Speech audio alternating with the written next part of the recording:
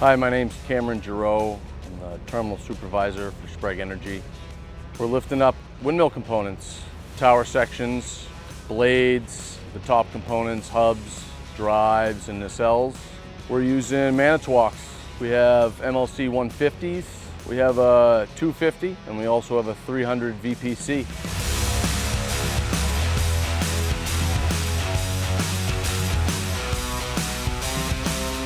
Right now we have 3 crews. We have a crew that's unloading the vessel, which has blades on it that are 250 feet long. It takes 2 cranes to take it off the vessel, set it onto a truck under the dock.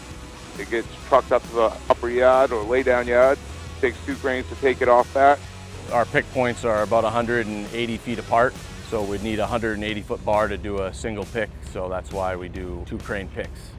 We rig it with slings and shackles and hooks, and then one end is also rigged with a block and tackle. It basically keeps the tip even so there's no torquing of the blade itself, and then we stage it.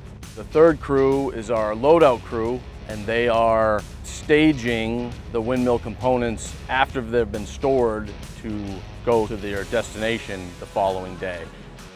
We started this in January and will end in October, from the start of the first blade coming off to the last blade leaving.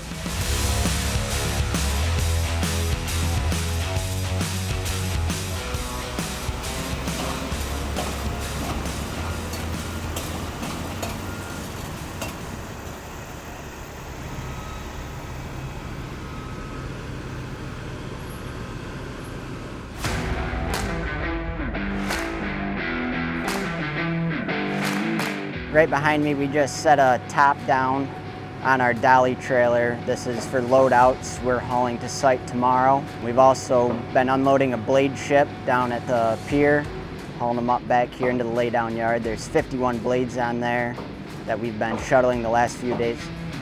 Prior to these Manitowocs, we used friction cranes.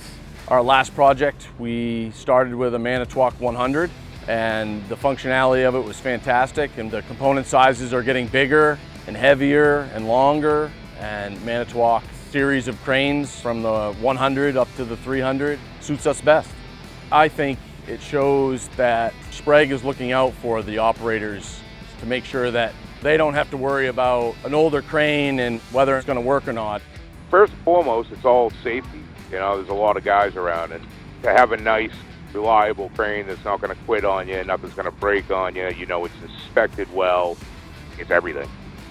These are incredible. They really are. Very, very smooth, and we haven't had any issues whatsoever.